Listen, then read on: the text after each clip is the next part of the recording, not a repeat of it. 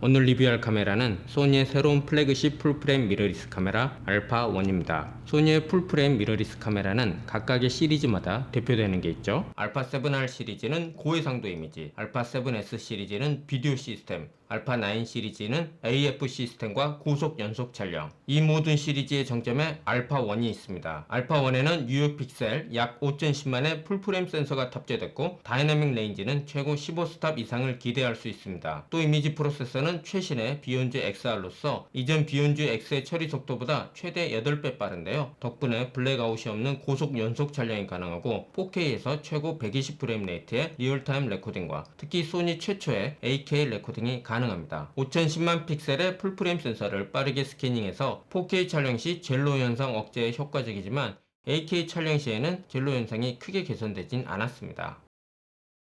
알파1의 외형은 쌍견장으로 대표되는 알파9 시리즈와 유사하며 드라이브 모드와 초점 모드를 단축키가 아닌 다이얼을 이용해 변경할 수 있습니다.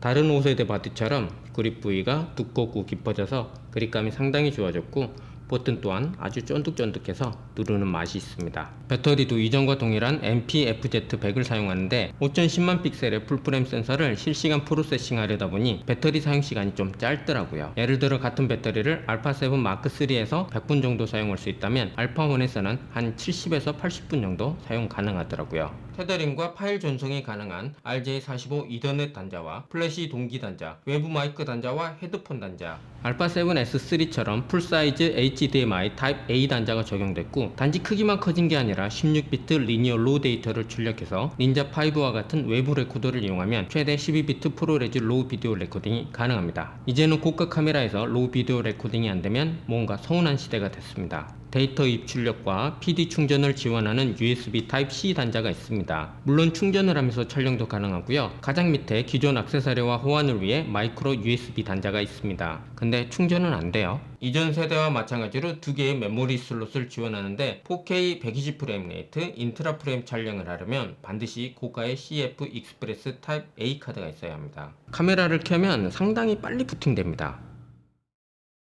터치스크린이 지원되는 3인치 144만 도트의 틸트 LCD. 수치상으로 해상도가 크게 개선되진 않았지만 이전 세대 LCD보다는 시인성이 많이 나아진 편이에요. 이미지 프로세서가 업그레이드 되면서 메뉴 UI가 한결 보기 좋게 개선됐고 터치 메뉴도 지원합니다. 그런데 플레이백을 했을 때는 여전히 터치가 안됩니다. 구간 찾기를 빨리 하고 싶어도 할 수가 없어요. 이것도 언젠간 되겠죠? 외형 소개는 이쯤 하고요. 지금부터 비디오 시스템을 위주로 본격적인 리뷰를 시작하겠습니다. 새로운 이미지 프로세서 비욘즈 XR이 탑재되면서 마이 스타일이 크리에이티브 룩으로 변경됐는데요. 알파7S3에 이어 알파1에도 크리에이티브 룩이 적용됐습니다. 총 9가지의 크리에이티브 룩을 제공하는데 각각의 크리에이티브 룩에는 콘트라스트, 채도, 선명도 등 7가지의 매개 변수로서 세부 설정이 가능합니다. 저는 인스턴트와 소프트 하이키를 선호하는데 이번 촬영에서는 인스턴트를 주로 사용했습니다. 또 소니의 시네마 라인 카메라에 적용돼 각광받은 S시네톤을 알파1에 기본 제공합니다. 비싼 만큼 이것저것 챙겨주는 거 아주 바람직해요. 알파1에서 지원하는 비디오 코덱은 알파7S3와 동일하게 XAVC-S, XAVC-HS, XAVC-SI입니다. 인트라 포맷이죠. 컬러 샘플링과 비트 뎁스를 420 8비트, 420 10비트, 또 422 10비트를 지원하고 여기에 비트레이트까지 구분하면 비디오 포맷이 무려 42종에 이릅니다. 이건 영상 특화 바디인 알파7S3의 38종보다 더 많습니다. 알파1에는 8K가 있으니까요. 비디오 포맷이 너무 많아서 컬러 샘플링 422, 비트 뎁스 10비트 푸티지 위주로 살펴보겠습니다. 먼저 풀 HD 24프레임 레이트 422 10비트 롱 GOP 푸티지입니다. 사실 5010만 픽셀의 풀프레임 센서를 풀 HD 해상도로 스캐닝하면 해상력이 좀 떨어질 줄 알았는데 비트레이트 47Mbps에 불과하지만 2배 확대된 걸 감안하더라도 꽤 준수한 해상력을 보여줍니다. 이건 풀 HD 30프레임 레이트 푸티지예요. 24프레임 레이트 푸티지와 비교해보면 6프레임 레이트 차이가 나지만 해상력에서 유의미한 차이는 없어 보입니다. 다음은 풀 HD 24프레임 레이트 422 10비트 인트라 프레임이에요. 풀 HD인데도 인트라 프레임을 지원해요. 다음은 풀 HD 30프레임 레이트 인트라 프레임 푸티지고요. 풀 HD 롱 GOP와 인트라 프레임 푸티지를 비교해봤어요. 비트레이트가 30에서 60Mbps 정도 차이가 나지만 보는 것처럼 움직임이 크지 않는 푸티지에서는 눈에 띄는 화질 차이는 크게 느껴지지 않아요. 지금부터는 가장 종류가 많은 4K 포맷입니다. 먼저 4K 24프레임 레트 422 10비트 롱 GOP 푸티지예요. 제가 메인으로 사용하는 4K 포맷입니다. 비트레이트 97Mbps에도 뛰어난 선예도와 디테일 표현력을 보여줍니다. 모델의 머리카락을 보세요. 뭉치지 않고 잘 표현됐죠? 이건 30프레임 레트 푸티지예요. 비트레이트 40Mbps 차이가 나지만 이렇게 움직임이 거의 없는 촬영에서는 유의미한 디테일 차이가 느껴지진 않습니다. 그만큼 4K 기본 해상력이 뛰어난 거죠. 다음은 XAVC HS H.265 푸티지입니다. 이 메시지가 뭐냐면 H.265 푸티지를 재생하거나 편집하려면 고사양의 PC가 필요하다는 뜻이에요. H.265는 H.264보다 최고 2배의 압축 효율을 보이는데요. 이론적으로 H.264 200Mbps 푸티지와 H.265 100Mbps 푸티지의 화질이 동일하다는 뜻이죠. 4K 24프레임 레트 422 10비트 롱 GOP H.265 푸티지예요. 역시나 뛰어난 선예도와 디테일 표현력을 보여줍니다. 특이한 건 XAVC HS 포맷에서는 30프레임 레트가 없어요. 4K 24프레임 레트 인트라 프레임 푸티지예요. 인트라 프레임이니까 비트레이트가 229Mbps에 이릅니다. 30프레임 레이트 인트라 프레임 푸티지입니다. 비트레이트가 두세 배 정도 차이가 나지만 움직임이 거의 없는 촬영에서는 디테일에서 큰 차이가 느껴지지 않죠? 마지막 AK 알파1은 소니 풀프레임 미러리스 카메라 최초로 AK를 지원합니다. AK 24프레임 레트 420 10비트 롱 GOP H.265 200Mbps예요. 4K에 비해 면적이 4배 늘어났지만 비트레이트는 2배 늘어났어요. 50% 리사이징 된 상태에서 4K 푸티지와 디테일에서 큰 차이가 없어 보이지만 100% 크기로 보면 당연히 차이가 납니다. 4K 푸티지는 2배 확대됐으니까요. 비트레이트 400Mbps의 AK 24프레임 레이트 푸티지예요. 비트레이트가 2배 차이가 나지만 움직임이 없으면 큰 차이가 없다고 했죠? AK 30프레임 레이트의 비트레이트 200Mbps 푸티지예요. 마지막 비트레이트 400Mbps 푸티지입니다. 역시나 움직임이 거의 없는 푸티지라서 디테일 차이는 없어 보입니다.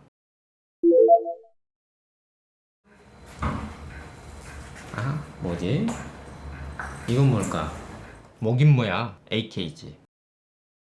알파1은 소니 미러리스 카메라 최초의 AK 카메라입니다. AK로 촬영하게 되면 편집의 유연성이 높아집니다. AK 콘텐츠를 만들 수 있고 4K 편집을 하더라도 AK 푸티지를 리사이징해서 사용하면 보다 더 높은 화질에 또 줌인 줌아웃 디지털 줌으로 활용할 수 있으니까요. 4K 시퀀스에서 2배 확대가 가능한 시대가 왔습니다.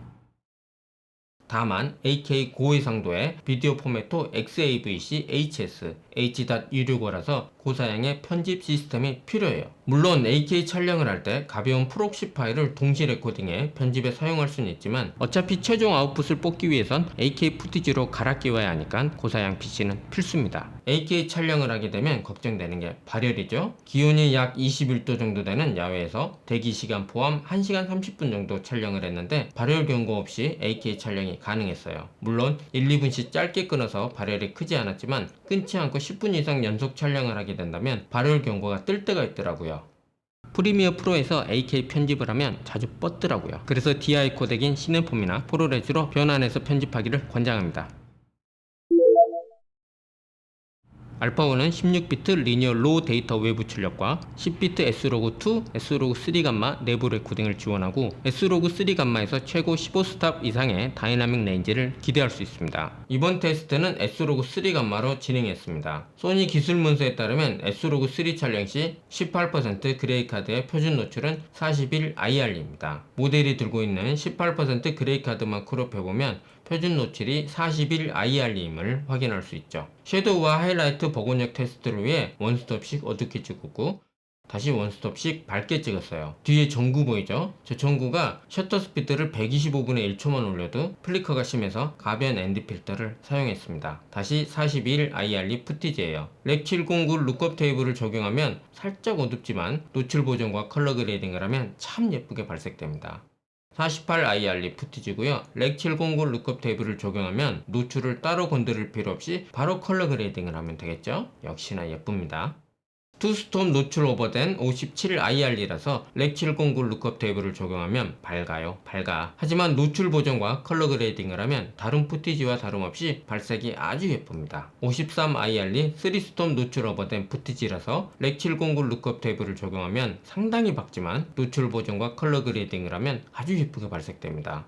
포스트오브 노출 오버된 68IR리 푸티지예요. 렉 709 룩업 탭을 적용하면 50% 미들 그레이가 90% 화이트가 될 정도로 미드톤까지 상당 부분 클리핑돼 보입니다. 하지만 노출 보정을 하면 미드톤이 아주 깔끔하게 복원되거든요. 데이터가 있으니까요. 생각보다 미드톤 복원이 너무 잘 돼서 5스탑 노출 오버를 했습니다. 78IR이고요. 렉 709 룩업 테이블을 적용하면 미들 그레이가 96% 화이트가 됩니다. 노출 보정을 하면 미드톤과 섀도우는 복원이 돼요. 정말 놀라운 수준이죠. 물론 하이라이트에 해당되는 전구, 모델의 이마, 광대, 콧대 부분은 복원을 할 수가 없어요. 데이터가 없으니까요. 이번에는 노출 언더 푸티지를 보겠습니다. 원스톱 노출 언더 33IR리 푸티지에 렉 709 룩업 테이블을 적용하면 당연히 어두워요. 그래도 원스톱 노출 언더는 무난하게 컬러 그레이딩이 됩니다.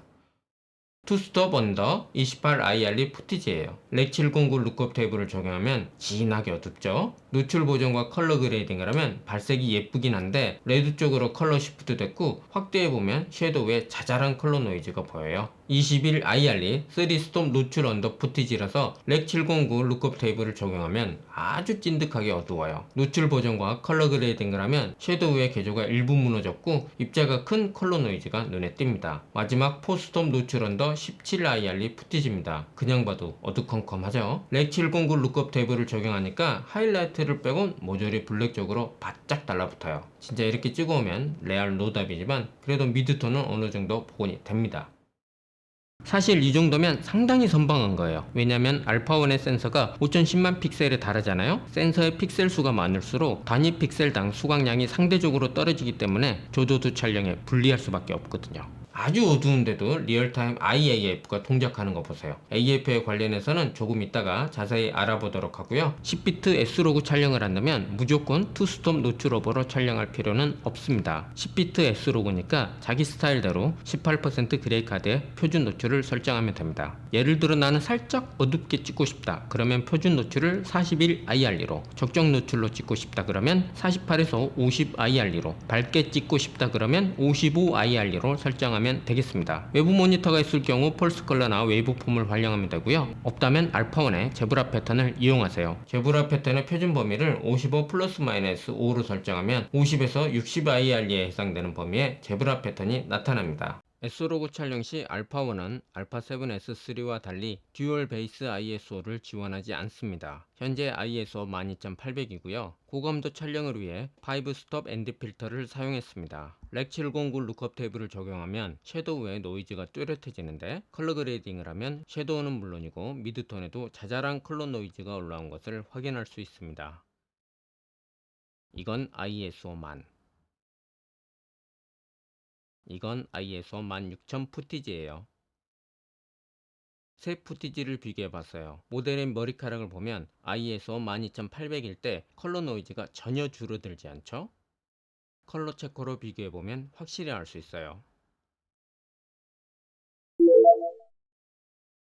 알파1에는 5010만 픽셀의 고화소 센서가 탑재됐습니다. 앞서 얘기한 대로 고화소 센서일수록 단일 픽셀의 수강량이 떨어질 수밖에 없거든요. 일반적으로 조조도 노이즈 억제력이 취약하게 되는데요. 알파1의 조조도 노이즈 억제력 테스트입니다. 고감도 테스트를 위해서 ISO 5000부터 시작합니다. 섀도우에 자잘한 컬러 노이즈가 올라옵니다. 소니 카메라의 조조도 노이즈 억제력이 전반적으로 우수한 편이죠. ISO 6400도 ISO 5000과 큰 차이가 없어 보입니다. ISO 8000 노이즈 입자가 살짝 더 거칠어졌고 개수도 늘어났어요. 그래도 모델의 얼굴을 보면 콘트라스트가 유지되고 있죠. ISO 1000 ISO 8000보다 노이즈 입자가 더 커지고 개수도 더 늘어났지만 그래도 콘트라스트가 유지되는 편이에요. ISO 12800 모델의 얼굴을 보면 콘트라스트가 무너지기 시작합니다. 그래서 얼굴 디테일이 떨어져 보입니다. ISO 16000 이제 확 티가 나죠. 콘트라스트가 무너졌고 입자가 큰 노이즈로 인해 디테일이 많이 훼손됐어요.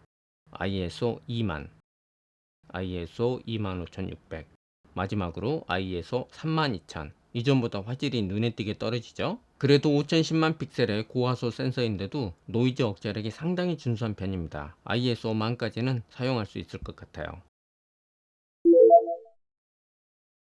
앞서 얘기한 것처럼 알파오는 16비트 리니어 로 데이터를 HDMI 외부 출력을 합니다. 그래서 닌자5와 같은 외부 레코더를 이용하면 12비트 프로레즈 로 레코딩이 가능하죠. 여기서 주의해야 할 게 있습니다. 아토모스 공식 홈페이지에 닌자5와 호환되는 SSD 목록이 있으니 반드시 확인하고 구입해야 4K 60프레임 레이트 프로레즈 로 레코딩이 가능합니다. 닌자5에 저장되는 12비트 프로레즈 로의 해상도는 4332 곱하기 2448이며 프로레즈 로의 비트레이트는 1680Mbps, 프로레즈 로 HQ의 비트레이트는 2833Mbps에 이르고 화질 비교를 위해 12비트 프로레즈 로와 함께 10비트 S로그 3 인트라 프레임 내부 레코딩을 동시에 했어요. 두 푸티지를 비교해보면 프로레즈 로 푸티지의 그림기가 살짝 더 돕니다. 또 프로레즈 로 푸티지는 카메라에서 노이즈 리덕션을 하지 않기 때문에 디테일 표현력이 더 나은 대신 섀도우의 컬러 노이즈가 더 많이 발생하게 되죠. 그래도 광량이 충분한 환경에서는 컬러 노이즈가 눈에 크게 거슬리진 않는데 조조도 환경에서는 얘기가 달라집니다. 아주 컬러 노이즈가 장렬을 하죠. 때문에 조명이 충분하지 않는 조건에서는 후반 작업에서 노이즈 리덕션을 빡세게 해야 합니다. 사실 로 비디오 촬영을 하는 이유가 후반 작업에서 좀 더 많은 자유도를 얻기 위함이잖아요. 그런데 아직 로그 컨버팅과 익스포저 수치 정도 변경이 가능할 뿐 화이트 밸런스나 ISO 수치 등은 변경이 불가능해요. 앞으로 보다 더 많은 자유도가 주어진다면 훨씬 더 매력적인 비디오 포맷이 되겠죠?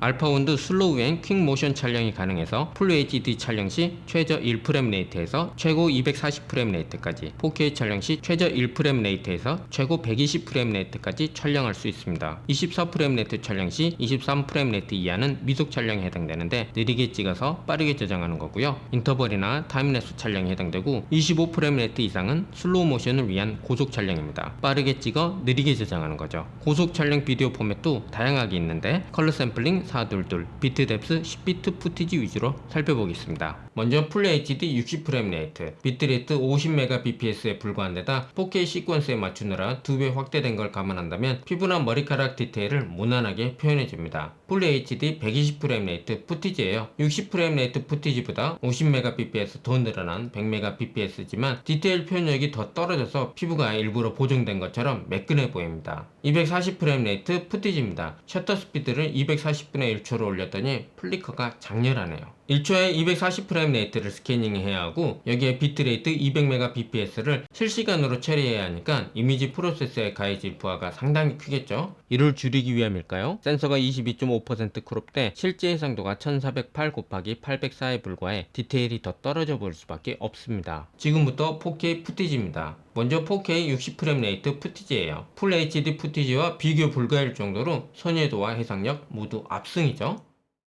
4K 120프레임 레이트 푸티지예요. 120프레임 레이트로 고속 촬영을 하려면 V90 이상의 SDXC 카드나 CFast Express Type A 카드가 필요합니다. 120프레임 레이트에선 센서를 10% 크롭하는데요. 그럼에도 불구하고 선회도와 해상력은 60프레임 레이트 푸티지에 못지않게 뛰어납니다. 120프레임 레이트 슬로우 모션에 f1.2 얕은 피사기 심도, 여기에 예쁜 모델, 이보다 더 좋을 순 없죠? 이건 4K 60프레임 레이트 XAVC HS H.265 푸티지예요. 화질은 뛰어나지만 편집 시스템의 자원을 많이 소모해서 인내가 필요합니다. 120프레임 레이트 푸티지 역시 10% 크롭됩니다.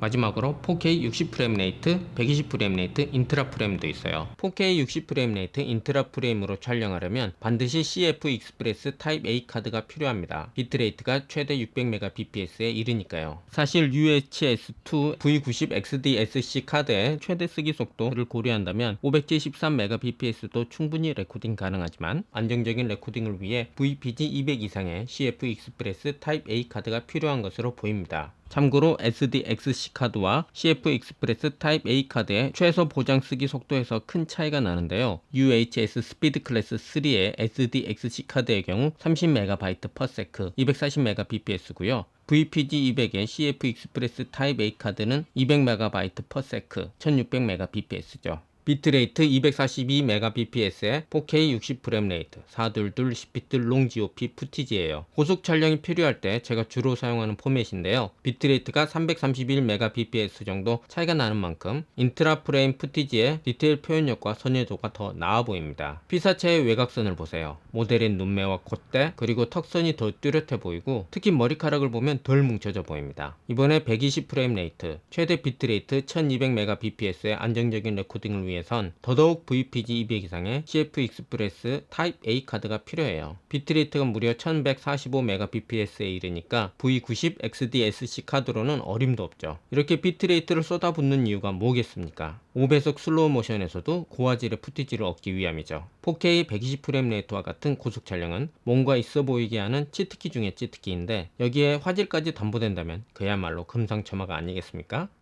화질 비교를 위해 4K 120프레임 레이트 422 10비트 롱 GOP 비트레이트 484Mbps의 고속 촬영도 했어요. 역시나 4K 60프레임 레이트처럼 비트레이트가 차이가 나니까 인트라 프레임 푸티지의 디테일 표현력과 선회도가 더 높아 보이지만 비트레이트가 661Mbps나 차이가 나는데도 화질 차이가 이 정도밖에 안 돼? 라고 생각할 수도 있어요. 이건 알파1의 4K 푸티지의 기본 화질 자체가 준수한 덕분인데 비트레이트가 일정 수준 이상이 되면 푸티지를 확대하지 않은 이상 화질 차이를 크게 실감하기는 어려운 것 같아요. 그럼에도 불구하고 이 작은 차이를 위해 기꺼이 거액을 투자하기도 하죠. 저도 그러고 싶습니다. 알파1에도 다양한 초점 영역이 있고 모두 리얼타임 IAF가 기본 동작하며 7단계의 AF 전환 속도와 5단계의 AF 피사체 전환 감도가 있어 즉각적이거나 자연스러운 초점 전환이 가능합니다. 50.2 G마스터 렌즈를 리뷰할 때 알파1의 마운트에서 AF 테스트를 했었죠. 요 위 영상에서 볼 수 있고요. 이번에는 초점거리 85mm 렌즈로 테스트했습니다. 제가 이 렌즈를 알파7 M3에 자주 마운트해서 사용했거든요. 그런데 같은 렌즈로 촬영하더라도 AF 시스템에서 급 차이가 나니까 완전 다른 렌즈가 되는 거예요. AF 피사체 전환 감도는 5단계, AF 전환 속도는 4단계입니다. AF 테스트는 길게 보여드릴게요. 오케이, 좋아요. 자, 왼쪽 보고, 자, 정면 보고, 반대쪽 보고, 오케이, 정면 보고. 숨어 볼까요? 일어나고, 자, 돌지 말고 그대로 뒤로 빠질게요. 세 걸음 뒤로. 오케이, 좋아요. 자, 이쪽으로 가볼까요? 아, 좋다. 오케이, 반대쪽으로. 이쪽으로 좀 보면서. 오케이, 좋아요. 다시 센터로 올까요? 가운데로. 뒤로 돌지 말고 뒷걸음질로 뒤로 가볼까요? 어디까지 눈을 잡나? 계속 가세요.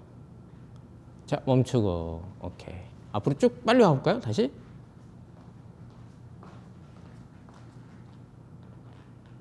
오케이. 잘했어요. 마스크도 테스트 해야죠. 오케이. 됐고요. 자, 왼쪽 볼까요? 조금 덜 볼까요? 오케이. 다시 정면 보고. 오른쪽 보고. 마찬가지로 살짝만 덜 볼게요. 완전 옆에 봐볼까요? 이 정도는 또 잡네. 다시 정면 보고. 이렇게 뒤로 세 걸음. 하나, 둘, 셋. 됐어요. 자, 이쪽으로 가볼게요. 이쪽. 오케이. 카메라 보면서. 좋아요. 자, 다시 반대쪽으로.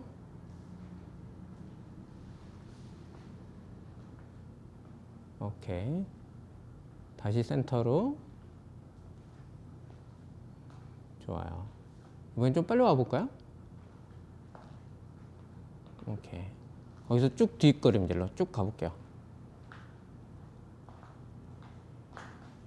계속 가세요. 네, 그만. 자, 다시 빨리.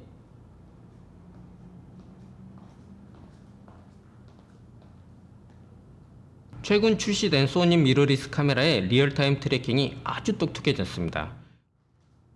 이렇게 멈추고 이렇게. 자, 뒤로 돌아볼까요? 머리를 탁 터치를 했어요. 자, 앞으로 세 발자국. 오케이. 앞에 보고. 자, 뒤돌고 또 잡히는구나. 자, 왼쪽으로 가볼까요? 그 상태에서. 오케이. 자, 다시 앞에 보고 반대쪽으로 걸어볼게요. 오케이. 다시 앞에 보고. 좋아요. 뒤에 다시 돌아볼까요? 원위치 쭉 가볼게요. 원래 위치대로. 다시 앞에 보고 앞으로 쭉 와볼까요? 오케이. 자, 멈추고 자, 왼쪽으로 빠져볼게요. 다가 다시 들어오고 다시 들어오세요. 들어오세요. 자, 뒤돌아볼까요? 머리 잡히구나. 다시 오른쪽으로 빠져볼까요? 또 다시 들어오고. 오케이. 다시 뒤돌아볼까요? 자, 원위치. 자, 다시 정면 보고. 잘했어요. 저는 사실 사진 전문가가 아니기 때문에 사진 기능에 대해 깊이 있는 얘기를 하긴 어렵지만 블랙아웃이 없는 30프레임 레이트 고속 촬영, 이거 진짜 매력적이더라고요. 영화를 모션 픽처라고 하죠. 말 그대로 움직이는 사진. 알파온의 전자식 셔터를 사용할 경우 카메라의 버퍼가 충분할 때 1초에 30장씩 사진을 계속 찍을 수 있어요. 파일 형식은 JPEG, 이미지 크기는 1800만 픽셀로 해상도 5616 곱하기 3160의 5.6K 영상에 해당됩니다. 셔터는 당연히 전자 셔터를 이용해야죠. 자, 미소 살짝만 주고. 아, 좋다. 오케이, 됐어요. 메모리는 V60 SD카드를 사용했고 버퍼 비우는 속도 보세요. 프리미어에서 이미지 시퀀스로 불러오면 이렇게 영상으로 만들어집니다. 블랙아웃이 없어요. 크리에이티브 룩에서 인스턴트로 촬영했고 따로 색감 작업을 하지 않았는데도 아주 분위기 있지 않습니까?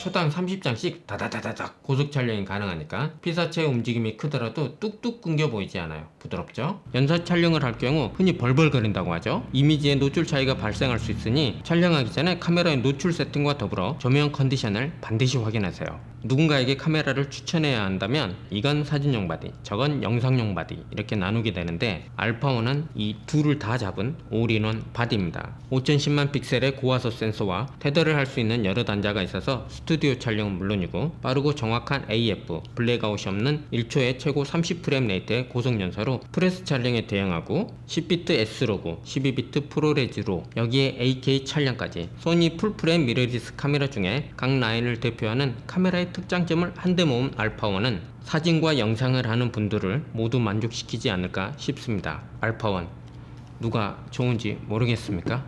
결국 돈이 문제죠. 알파1의 성능을 충분히 끌어내려면 고급 렌즈군이 필요하고 고가의 메모리 카드와 원활한 편집을 위해 고가의 편집 PC가 필요할 테니까요. 오늘은 여기까지입니다. 시청 고맙습니다.